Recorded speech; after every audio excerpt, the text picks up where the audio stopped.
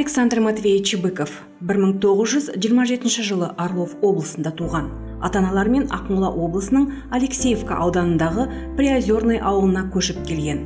Сұрапыл соғыс кезінде ерлік пен мейірімділік көрсеткен Ұлы Отан соғысының ардагері Александр Быков 17 жасқа толар толмас шағында соғысқа шақырылды. Сол жылдары нағыз кескілескен ұрыстар жүріп жатқан кезеңде әрбір жауынгер бағалы еді. Меня признали в армию 17 лет. Мен кеңес әскерінің қатарына 17 жаста шақырылдым.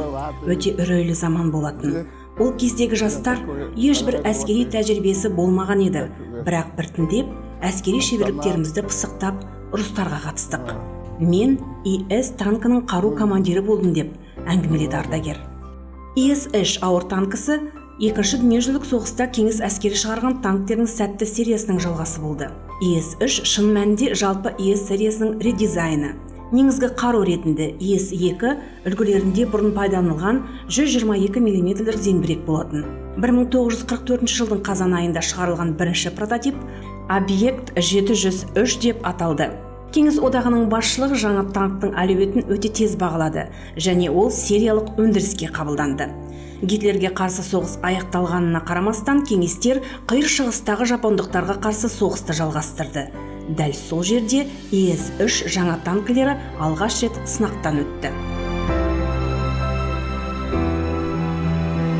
Соғыстың алғашқы күндерінен бастап қазақстандықтар барлық майданда шайқасты. Олар отан үшін фашистерге қарсы бағытталған ұрысқа аянбай кірісті. Қазақстанда ұйымдастырылған көптеген әскери бөлімдер майданға жіберілді. Александр Быков қиыр шығыс майданындағы шайқастарға қатысып, одан кейін Жапонияға қарсы басталған соғысқа аттанған.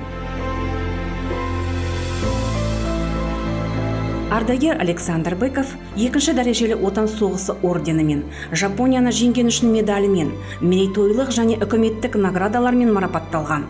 Қаланың алғашқы құрылысшыларының бірі екінші кен басқармасында еңбектенді. Екінші дүниежүзілік соғысы 20 ғасырдағы адамзат қасіреті.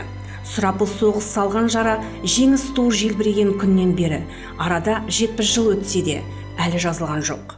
Вот такой молодой моряк, руки в медалях, ленты в якорях. Жыл сайын Ұлы Отан соғысы ардагерлерінің қатары сиреп келеді. Біз олардың батырлықтарын ұмыт қалдырмай, еске алып отыруымыз керек.